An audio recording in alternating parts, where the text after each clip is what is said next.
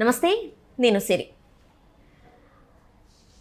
ఇండస్ట్రీలో టాప్ అంటే ఒక మాస్టర్, అంటే డ్యాన్స్ మాస్టర్, కొరియోగ్రాఫర్గా ఒక టాప్ లీడింగ్ పొజిషన్లో ఉన్న జానీ మాస్టర్ అసలు ఏమైంది? జానీ మాస్టర్కి ఏమైంది అంటే చాలా వరకు తను కొంచెం కోపం ఎక్కువ, షో జరుగుతున్న మధ్యలో కోపంతో బయటికి వెళ్ళేవాడు, ఇలాంటివన్నీ మనం చూస్తుంటే ఇదంతా కూడా జస్ట్ ఒక స్క్రిప్ట్, టీఆర్పీ రేట్స్ రావడానికి ఇలాంటివి చేస్తున్నారని చెప్పేసి చాలా కాలం మనం అనుకున్నాం. కానీ ఆయన బయట కూడా అట్లనే ఉంటాడు, అంతే టెంపర్ ఉంటుందని చెప్పేసి మనకి వార్తలు వస్తున్నాయి. అయితే ఇదే క్రమంలో ఇప్పుడు వచ్చిన న్యూస్ మనం చూస్తూనే ఉన్నాం. గత 4-5 రోజుల నుంచి జానీ మాస్టర్ ఏదైతే ఫేస్ చేస్తున్నారో, ఆయన మీద ఉన్న అలిగేషన్స్ ఏదైతే ఉన్నాయో, ఇప్పుడైతే తన మీద పోక్సో కేసు కూడా పెట్టడం జరిగింది, తన అరెస్ట్ కూడా జరిగింది. అయితే దీంట్లో మరింత సమాచారం ఏంటంటే తన వెనకాల కొంతమంది అంటే ఎలా చెప్పాలి, లవ్ జిహాద్ అనేది అంటే మత మార్పిడికి సంబంధించి కొంతమంది ఉన్నారు అని చెప్పేసి కూడా కొన్ని వార్తలు అయితే బయటకు వస్తున్నాయి. మరి నిజంగానే మత మార్పిడి చేయించి, అంటే ఎవరైతే కొంతమందిని ప్రేమ పేరుతోనో లేకపోతే ఛాన్స్లు ఇస్తా అన్న పేరుతోనో మత మార్పిడి చేయించే ఉద్దేశం నిజంగానే జానీ మాస్టర్కి ఉందా లేదా, అసలు ఏం జరిగింది అనేది మనకు వివరించడానికి మనతో పాటు ఉన్నారు ప్రముఖ senior journalist, political analyst CS Rao garu. నమస్కారం సార్. నమస్తే సార్. జానీ మాస్టర్ ఆయనకి మెయిన్గా అంటే ఈ కేసులో తనని ఇరికించింది, అంటే తనకి మొత్తం ఉచ్చు బిగించిన అంశం ఏదైతే ఉంది అనుకుంటే 14 years అంటే 16 years ఏజ్లో ఉన్నప్పుడే తనని హరాస్ చేశారనేది ఒక అంశం. అయితే లవ్ జిహాద్ అనేది ఒకటి తెర మీదకి వచ్చింది. ఏంటంటే తనని మతం మార్చుకోవాలి అని చెప్పేసి చాలా వరకు తను ఇంకా తన వైఫ్ కూడా ఫోర్స్ చేశారు అని.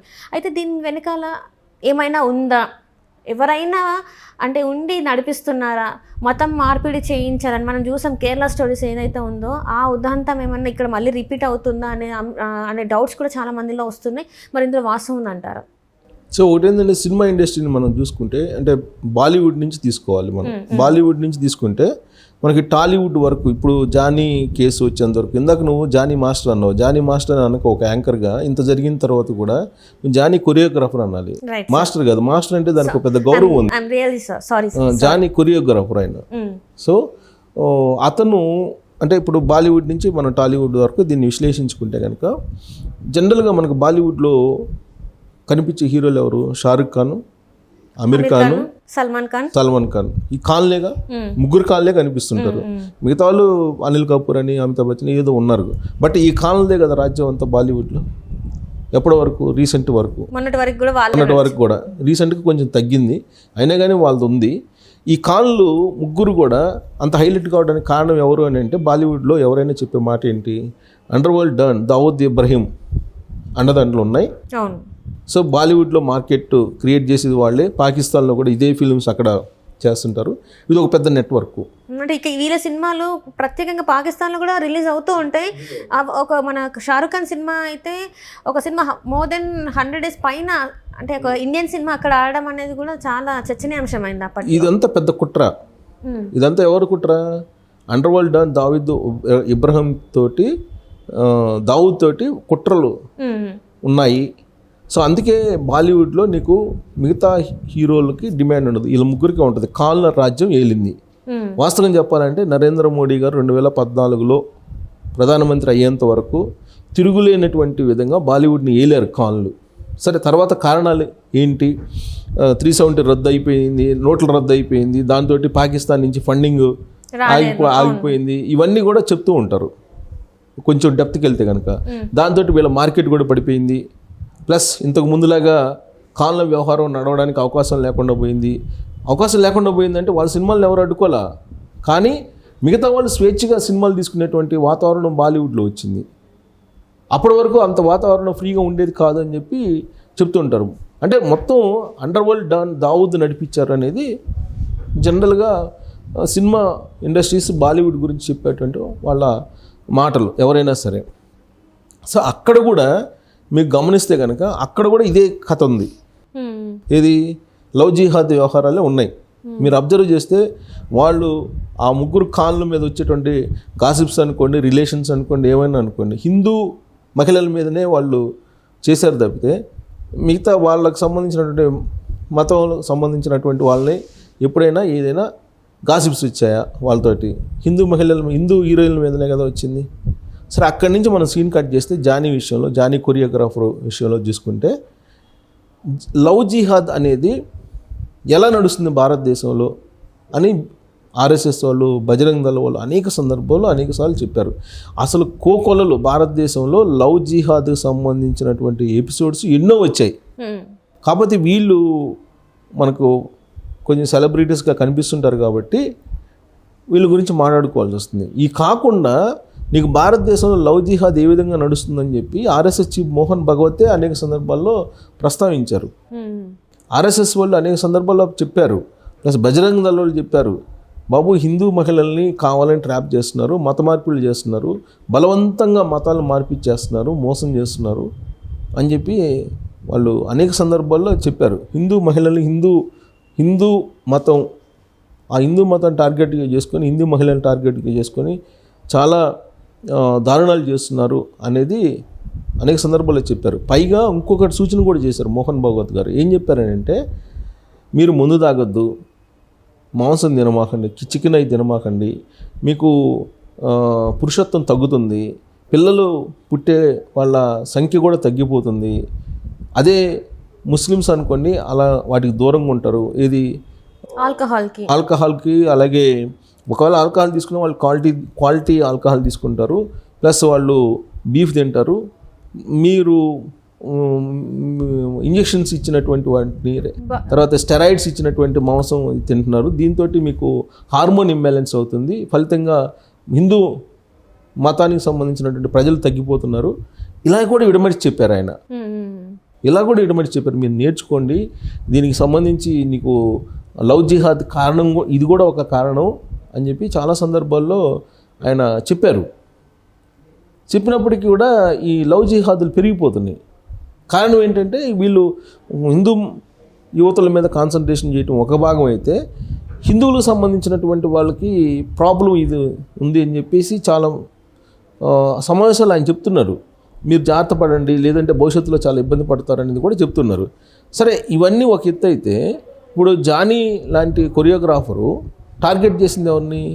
హిందూ మహిళల్ని, ఇద్దరిని హిందూ మహిళల్ని. ఒకళ్ళు ఆల్రెడీ ఫస్ట్ మ్యారేజ్ హిందూ మహిళని చేసుకున్నారు, ఆవిడని మత మార్పిడి చేసి. మత మార్పిడి చేయడం అనేది నేరం కదా. అంటే ఇష్టంగా మారితే తప్పేం లేదు, కానీ మన ఇండియాలో ఉన్న బలవంతపు మత మార్పిళ్ళు నేరం. బలవంతపు మత మార్పిళ్ళు నేరం.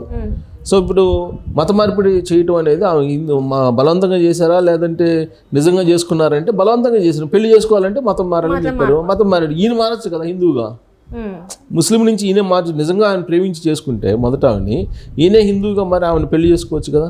అది అయిపోయింది. రెండో, మళ్ళీ ఇప్పుడు మ్యారేజ్ చేసుకోవాలి, లేకపోతే ఈ కొరియోగ్రాఫర్, అసిస్టెంట్ కొరియోగ్రాఫర్ని ఆయన దాదాపు 8 years నుంచి, ఆ అమ్మాయి 16వ సంవత్సరం నుంచి ఈయన ఎంజాయ్ చేస్తున్నాడు. రేప్ చేశారని చెప్పి ఆవిడ చెప్తుంది. ఇప్పుడు ప్రేమించారు, పెళ్లి చేసి, అంటే ప్రేమించుకున్నారంట. న్యూస్ అయితే అలానే వస్తుంది. అప్పటి నుంచి వెళ్ళి ప్రేమించుకున్నారు, అందుకే తనకి కెరియర్ సెట్ చేయాలని ఇదంతా చేశానని కూడా వార్తలు వస్తున్నాయి. ప్రేమించారని చెప్పి ఒకటి వస్తుంది, కానీ ఈయన కొరియోగ్రాఫర్గా ఉన్నారు కాబట్టి అవకాశాల కోసం ఈ అమ్మాయిని అసిస్టెంట్ కొరియోగ్రాఫర్ కాబట్టి ఇతర ప్రాంతాలకు తీసుకెళ్ళి హోటల్లో ఒకసారి ఆయన బలవంతం చేశాడు. తర్వాత ఇద్దరు ఒకసారి ఆల్రెడీ వచ్చేసారని జరిగిపోయింది కాబట్టి తర్వాత తన కెరియర్ కోసం ఈవిడే బెండ్ అయిపోయారు అనేది ఇంకొక వర్షన్ వినపడుతుంది. అసలు ఇది కాదు అని చెప్పి ఇంకొక వర్షన్ వినపడుతుంది. మొత్తం మీద వాళ్ళిద్దరు ట్రావెల్ చేశారు, 7 సంవత్సరాలు ట్రావెల్ చేశారు. ఇప్పుడు బయటకు వచ్చింది అది. ఇప్పుడు బయటకు వచ్చినప్పుడు ఆవిడ చెప్తుంది ఏంటి, మతాన్ని మార్చుకోమంటున్నాడు, మతాన్ని మార్చుకొని పెళ్లి చేసుకోమంటున్నాడు అని, అదే కదా చెప్తుంది. ఆవిడ ఇచ్చిన కంప్లైంట్ అదే కదా. ప్లస్ నన్ను రేప్ చేశారని చెప్తుంది. ఎలా, ఎందుకు రేప్ చేశారంటే కొరియోగ్రాఫర్గా ఉన్నారు కాబట్టి సినిమా అవకాశాలని. ఈ సినిమాలో డిస్ప్యూట్స్ ఉన్నాయి.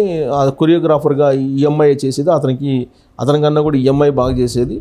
సో ఆవిడకి పేరు వస్తుందని చెప్పేసి ఇతను ఆ అమ్మాయిని టార్గెట్ చేశాడు. దాంతో ఆ అమ్మాయి రివర్స్ అయింది అనేది కూడా ఒకటి వస్తుంది. మొత్తం మీద 7 సంవత్సరాల జర్నీ తర్వాత వాళ్ళిద్దరి మధ్య డిస్ప్యూట్ రావడంతో ఇది బయటకు వచ్చింది.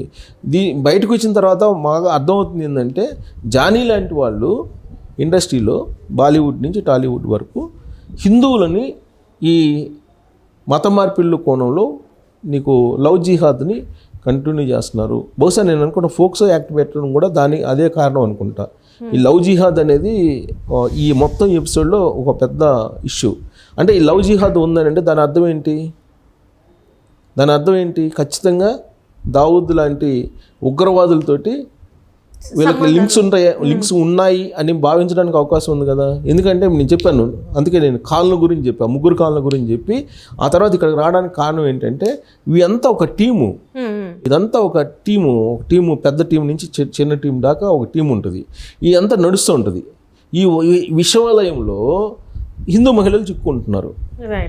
ఇప్పుడు ఉగ్రవాదులకి మనం ప్రత్యేకించి వీళ్ళకి లింకులు లేవని చెప్పి మనం ఎలా అనుకోవాలి? ప్లస్ ఇప్పుడు ఆల్రెడీ వాళ్ళు ఇప్పుడు జరిగింది ఫోక్సో యాక్ట్ కింద పోలీసులు అరెస్ట్ చేయడానికి వెళ్ళారు, గోవాలో అరెస్ట్ చేశారు, హైదరాబాద్ తీసుకొస్తున్నారు అతన్ని. ఈ లోపుగానే పెద్ద ఆవిడ మొదటి భార్య వెళ్ళి ఆవిడ అక్కడికి పోయి కేసు పెట్టడానికి వెళ్ళింది. ఎక్కడికి? పోలీస్ స్టేషన్కి, నార్సింగ్ పోలీస్ స్టేషన్కి వెళ్ళింది. విచారణకి సహకరించమంటే విచారణ ఈ కేసుకు సంబంధించి నేనేం మాట్లాడను అంటుంది.